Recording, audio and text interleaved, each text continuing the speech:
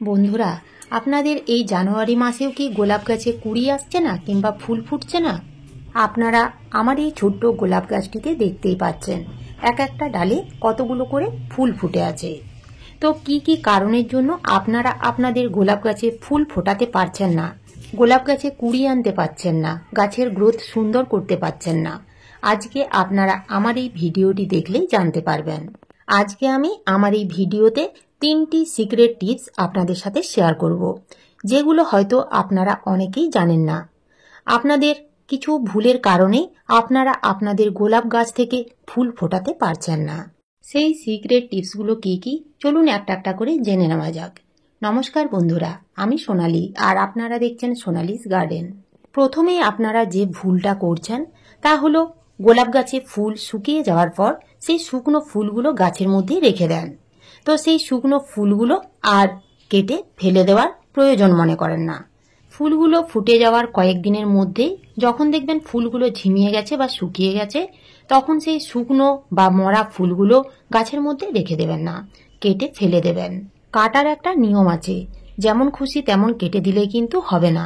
এখানে দেখুন, শুকনো ফুলের দুটো পাতার নিচে ঠিক এইভাবে কেটে দেবেন।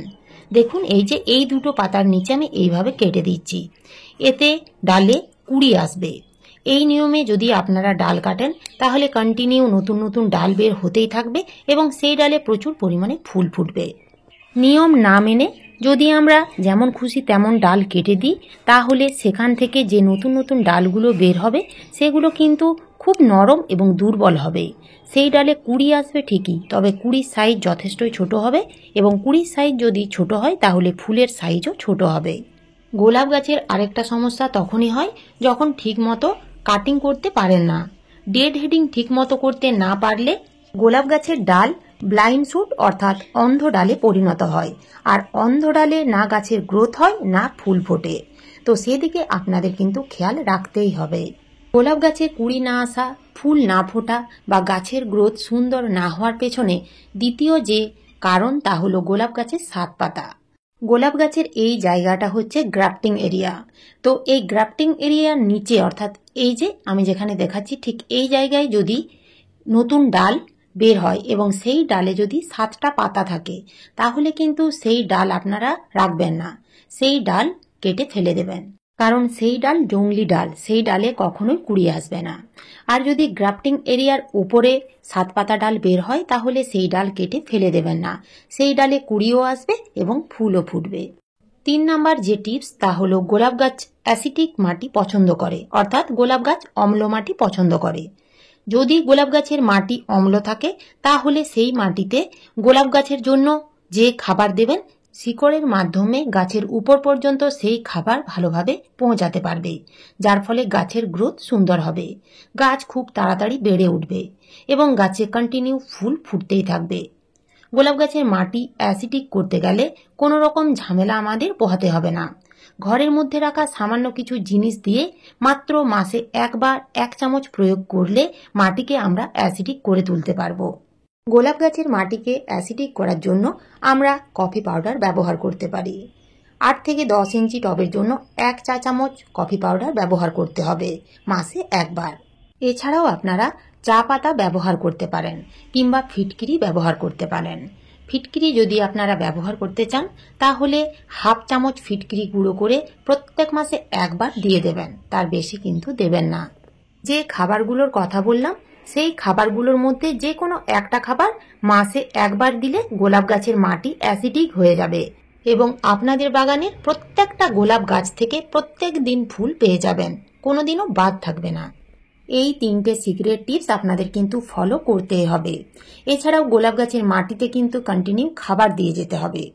গোলাপ গাছ খেতে ভীষণ ভালোবাসে, তাই গোলাপ গাছের মাটিতে কন্টিনিউ খাবার প্রয়োগ করতেই হবে, তাহলে আপনারা কিন্তু গোলাপ গাছ থেকে প্রচুর পরিমাণে ফুল পাবেন এবং গাছের গ্রোথও সুন্দর করতে পারবেন। অনেক সময় দেখবেন আমরা নার্সারি থেকে গোলাপ গাছ কিনে আনি, তবে খুব সুন্দরভাবে প্রতিস্থাপনও করি, কিন্তু তারপর থেকে আর কোনো রকম যত্ন করা হয় না। হঠাৎ করে কোনো একটা ভিডিও দেখলাম এবং সেই খাবার প্রয়োগ করে দিলাম, তাতে কিন্তু যথেষ্ট পরিমাণের ফুল পাওয়া যাবে না। দুটো একটা ফুল ফুটবে ঠিকই, কিন্তু অধিক পরিমাণে বা গাছ ভরে আপনারা কখনোই ফুল ফোটাতে পারবেন না। তাই আমাদের গোলাপ গাছের মাটিতে সঠিক সময়ে সঠিক খাবার প্রয়োগ করতে হবে।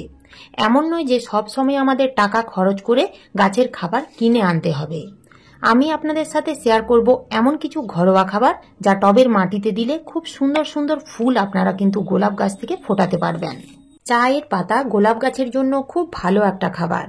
প্রত্যেক মাসে একবার করে 10 থেকে 12 ইঞ্চি টবের জন্য 1 চামচ ফ্রেশ চা পাতা গাছের মাটিতে দিয়ে যাবেন। চা পাতার মধ্যে থাকে প্রচুর পরিমাণে নাইট্রোজেন, এছাড়াও থাকে আরও অনেক পুষ্টিগুণ, যা গাছের মাটিতে প্রয়োগ করলে গাছের গ্রোথ সুন্দর হবে এবং গাছে ফুল আসবে। এছাড়াও মাটিকে অ্যাসিডিক করে তুলবে। তো আপনারা ব্যবহার করা চা পাতাও ব্যবহার করতে পারেন। আপনারা যদি ব্যবহার করা চা পাতা ব্যবহার করতে চান তাহলে বারবার চা করার পরে সেই চা পাতা ধুয়ে নেবেন। তার মধ্যে যেন চিনি বা দুধ না থাকে। ধুয়ে নেওয়ার পরে ভালোভাবে শুকিয়ে নেবেন। তারপরেই আপনারা সেই চা পাতা গাছের মাটিতে ব্যবহার করতে পারবেন। 10 থেকে 12 ইঞ্চি যদি টব হয় তাহলে 3 চামচের থেকেও একটু বেশি দিলেও কোনো অসুবিধে নেই। গোলাপ গাছে কন্টিনিউ ফুল নেওয়ার জন্য আপনাদের আর একটা যে খাবার দিতে হবে তা হলো পাকা কলার খোসা দিয়ে তৈরি জৈব তরল সার।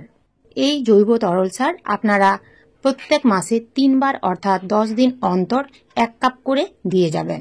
যদি আপনারা ছোট টবে দিতে চান তাহলে 1 কাপ দেবেন, আর যদি 10 ইঞ্চি টব হয় তাহলে এই রকম গ্লাসের 1 গ্লাস করে দিয়ে গেলেই হবে।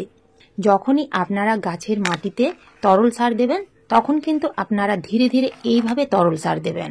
এতে মাটিতে খুব ভালোভাবে তরল সার মিশে যাবে এবং গাছ খুব ভালোভাবে খুব সহজে তা গ্রহণ করতে পারবে। পাকা কলার খোসাতে থাকে প্রচুর পরিমাণে পটাশিয়াম, এছাড়াও থাকে ম্যাগনেসিয়াম, ক্যালসিয়াম, ফসফরাস, এছাড়াও আরও অনেক পুষ্টিগুণ, যা গাছের মাটিতে দিলে গাছে ফুল তো আসবেই, তার সাথে সাথে গাছের গ্রোথও সুন্দর হবে। কিভাবে আপনারা পাকা কলার খোসা দিয়ে জৈব তরল সার তৈরি করবেন এ নিয়ে আমার চ্যানেলে ডিটেলসে ভিডিও দেওয়া আছে। আমি ডেসক্রিপশন বক্সে লিংক দিয়ে দেব, আপনারা চাইলে সেই ভিডিও দেখে নিতে পারেন।